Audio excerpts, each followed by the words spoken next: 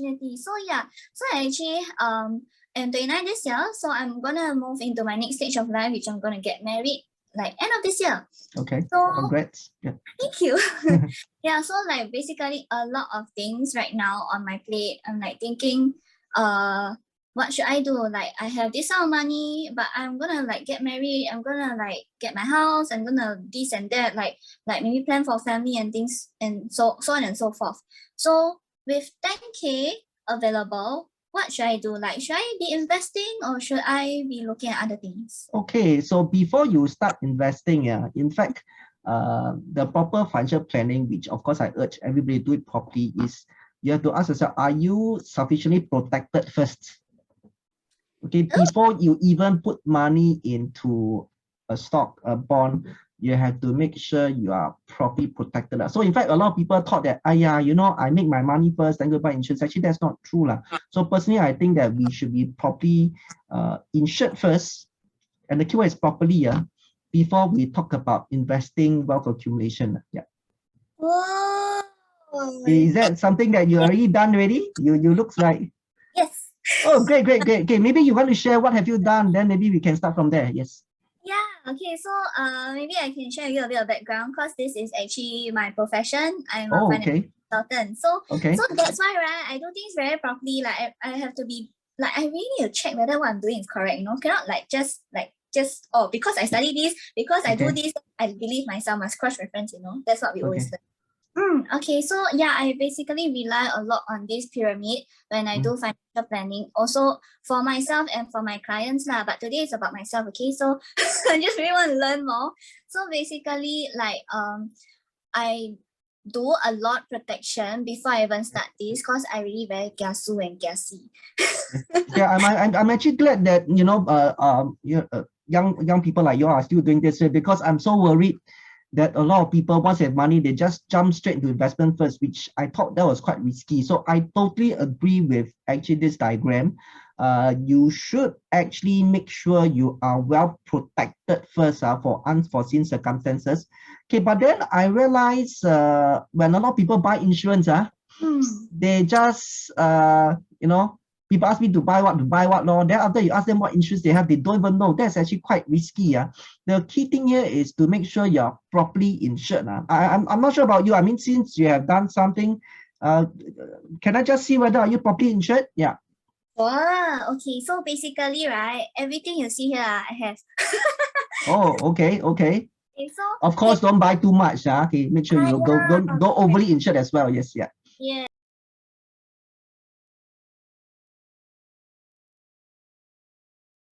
Yes, okay. So what we always emphasize is like the circle of life where we go through everything and what we call total financial planning.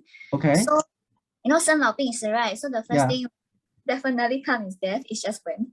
Okay. This one, disability, illnesses in terms of critical illness like major and minor CI, and then hospitalization, accidents, and lastly, all of us want wealth accumulation. So wealth accumulation, we look at savings or investment depending on like your personality and your risk profile. So yeah, so basically just now I mentioned, right, like hospitalization and accident is the basic needs. No matter what happen, you will need, and this in forms of reimbursement. So they look at your receipt lah, how much you pay, then they'll claim, they'll reimburse you law. Then this other portion is what we call a lump sum payout. So they don't need to see your receipt. They just give you this amount of money. However you want to spend, you spend on. Like you want to buy your branded goods, also can. But who wants when you're sick? Yeah. So technically, this portion, what we call is like treatment to treat your condition, or in Chinese we call yiping.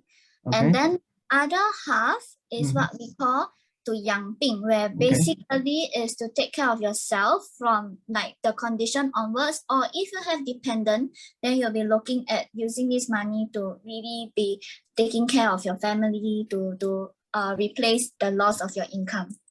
Wow, thank you so much. I'm so glad that you are still doing this. Yes, so in fact, in my trade, I actually meet a lot of people almost on a daily basis and they ask about insurance. They always come starting from product. Yeah. Okay, so in fact, I think what you do is very good. You actually start from objective. Why do you actually need this insurance? So basically, yes, we need insurance. Number one is actually more for the reimbursement, as you mentioned, for treatment. So we Yes. need the hospitalization plan. Oops. Yeah. Okay, and at the same time, if let's say, for example, if after the unfortunate event for that particular person, okay, they don't have income and they're dependent, then that's why they actually need, okay, the lump sum payment, which usually in the form of critical illness, early stage cancer, and sometimes it's actually called term or life insurance. So a lot of people actually make these two things out, and yes, I think this chart really clarifies, and yes, I think this is really what you should be doing before you start talking about investment. Yeah. Awesome. Okay, I'm on my right track. Okay, I stop sharing so I can still see you. If not, I cannot see you. Okay, no worries. Yes, I'm yes, back. yes. Yeah, you're on the right track. Of course, the thing here is also don't get overly insured upfront. Yeah. Okay, so the other mistake I realize people see is number one, in terms of especially the life policy. Okay, they tend to be overly insured on the life policy. Okay, they buy too much. So usually what at least I encourage is go in stages. Maybe cover 50,000 first. Then as we progress in life, cover 100,000, 150, so on and so forth. Okay, but don't one shot cover up, in such a high level. So I'm not sure whether is this still in line with what you are thinking of. Yes. Very in line, because like a lot of my clients, they're actually around my age. So it's actually the phase where after they graduate, they take over the policies from their parents. Then they'll be like so clueless about what they have. And then they'll be like, oh, what's this? And then, right, like last time the 100,000 is a lot, but now it's not a lot already. So right. Yeah, so they'll be saying like, how come I'm paying so much for 100,000, that kind of thing. Yeah, so we always emphasize that we need to calculate how much you exactly need at your current life stage. Then we plan. If you like now, right, if you plan so much, then you have no money to eat, you have no money to invest, you have no money to save, then like you 活着 for what? Correct. Yeah. So always start in smaller amount, go in steps. In fact, even like hospitalization, I would suggest start with, like, for example, maybe the government A class first. Don't straight away go to the private. I don't know.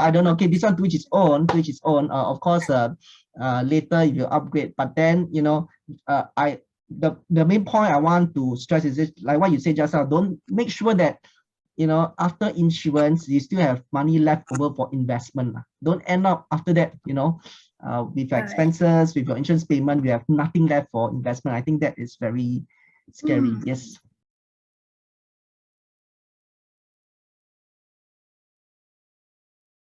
Maybe Uncle Amy, you can share with me your thoughts on like the hospitalization. Like we start off with government A what first. I want to understand more. Yeah. So that is what I particularly do. So of course, at the age, you're not sure, what's your career path going to be like, because for that one, as you age, the premium increase quite drastically. Yes. Yeah. So once you hit 40, there's a huge jump. Once you hit 50, there's a huge jump. So like, for example, now last check, if I am on the private one, once I hit about 70, my annual premium, if I'm not wrong, should be easily 5-figure. Yeah. So do you actually really want to stress yourself? Okay. But of course, the downside is that eventually, if you want to upgrade, there will be issues because they won't cover for pre-existing condition. Yes, Yeah. So it's a fine balance there. I think there's no right or wrong. Okay. Of course, to be more prudent, you may just go for A class. Because I mean, our A class, the care also not too bad. It's not too bad. Yeah. But if you're confident that okay, you can sure cover that premium, yeah, sure, go ahead. I think you should go all the way upfront. I think the main point, what I want to stress is that what you said just now, make sure insurance don't eat up all your savings. Make sure there's enough money for investment after. Maybe I can share with you about my train of thoughts for the hospitalization insurance. Sure, please. mentioned, like there's no right and wrong, it's really up to your preference. Correct. So I agree with you that if you feel that government hospital A-class ward is enough for you, then that will be an option for you. But Correct. like mentioned also is that if touch wood, any conditions were to happen and you are hospitalized, highly likely the chances of you upgrading will be a bit more challenging as compared to think of health. Correct. Yeah. So usually I would ask my clients or my prospects to think about like what kind of situation they would like to be. I mean, like if they need to seek medical treatment at the hospital, what are things that they will die want to have? Like, are they very particular about waiting time, or are they very particular about the doctors that are treating them? If they are looking at like the option to be able to choose their doctor, like specialists and things like that, right? Then maybe the option will be to get covered with a private hospitalization insurance first. Then eventually when they reach the older age and they realize that they cannot afford to maintain the premium, like I mentioned, 5 figures, then maybe then they might consider to drop down to the government hospital. Right? Sure. Yeah, so no right or wrong. End of the day, just make sure buy something that you can afford. Correct. Agree.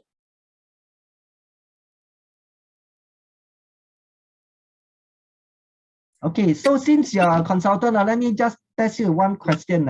So how do I choose between life and term insurance? Let's see whether is it in line with what we are thinking. Okay, like what you have mentioned also, and what I stressed, that there's no right and wrong to the plans, to whatever like preference you have. Is basically what you want for yourself. So generally, rule of thumb, how I share with my clients is I will ask them at your current stage right now, how much can you put aside comfortably to do your planning? So according to how much they can set aside the resources and according to how much they need, I'll recommend accordingly. So for example, fresh graduates, usually savings not a lot. Unless they really have quite a substantial saving, and then maybe that's another case. So usually the savings not a lot, and they may actually be looking at higher sum of coverage because maybe the parents didn't help them to purchase when they were younger, or they feel that now they need to start covering because they are younger. So there's really a lot of train of thoughts. Or some that even say like, I don't need. Yeah, so according to that, right, if you have resources constraints in terms of monetary wise, maybe we'll go for the term plan first to secure your health and your age. Yeah. Subsequently, term plan will not be a long-term solution. Correct. Because I believe everybody want to pay money to get something back, right? So term life, usually how we explain is like a rented house. You pay the rent, you get to stay in the house. You don't pay the rent, you get chased out. Correct. Yeah. So to have a sustainable protection, right, we will always make sure that your term plan that you secure when you're younger, it will be converted into a whole life plan. Oh, okay. Yeah. Because another downside for term plan is it doesn't cover for whole life. So at least for those that I'm on cover now, my term is only up to 70. I think max is 75 or 80 years old.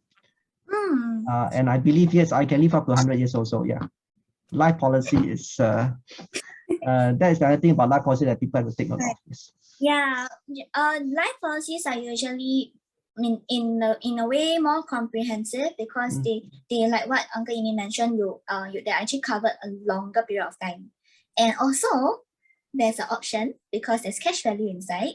So if maybe when you reach retirement age, right, and you think that I don't need protection already lah, my kids all already, like they don't need my income or whatsoever, right? Then they can choose to like depending on what kind of whole life plan, if it's ILP or the traditional kind, then you can be looking at using some of the cash value inside. Oh, nice. Okay, I think we actually spoke about quite a bit today, but if let's say someone wants to have a more precise plan for them, can they actually speak to you, Jasmine? I think you have done a very good job in crafting out the insurance, which are totally in line with what I believe. Can they reach out to you if they want to? Wow, I'll be glad to assist. But anyway, this one, right, it's best to stick because like what we emphasized at the start, there's no right and wrong answers. It's really depending on your lifestyle and really what you want in life. So it's best to speak to a professional. If you speak to me also can. I'm like, of course we'll welcome you. But Okay. if you have your trusted advisors, please speak to them as well. So Okay. to contact me, basically, okay, let me share my QR code because not everything QR code, right? Okay, so you can scan on this QR code to contact me. Basically, it will lead to a form where you can type in your name and your concern. Basically, if you really just want to understand, like in terms of financial planning in general, like what Uncle Imi has shared with us, you can also like just fill in and contact Uncle Imi as well through the comments, right, Uncle Imi? Yep. So of course, if you actually like what we do, I think what we actually want to do here is this to actually share with you, everyone here, what's the proper financial planning process.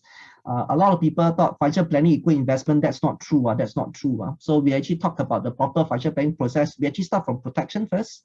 Then eventually we talk about wealth accumulation. And after that, creating passive income streams. So of course, if you like what we do, do subscribe to our YouTube channel. Okay. Then of course, if there's any questions, do write in the comments, or if there are any particular questions you may have, you may actually key on the comment section. So we'll try to address those questions in our subsequent videos. No questions are stupid questions, okay? Just ask. I think it's very important. Okay, I have seen people done the right financial planning and they really leapfrog their way in life. I've seen people done the wrong step, and of course they get delayed. So yes, I'm so glad that I'm given this chance to share with I don't know what you call millennials. I think I belong to the millennial group. Yeah, and hopefully you all can save some time by not going through the wrong ways. Yeah. Right. Yes, definitely. I agree. Yeah. We look forward to all the questions. Maybe we can based on your questions and then we'll address them in the subsequent videos. Exciting. So next round, after investment, after insurance, what should we do? Okay, that's what we actually touch on. Okay. Yes. Okay, thank you. Okay, bye-bye. Hey.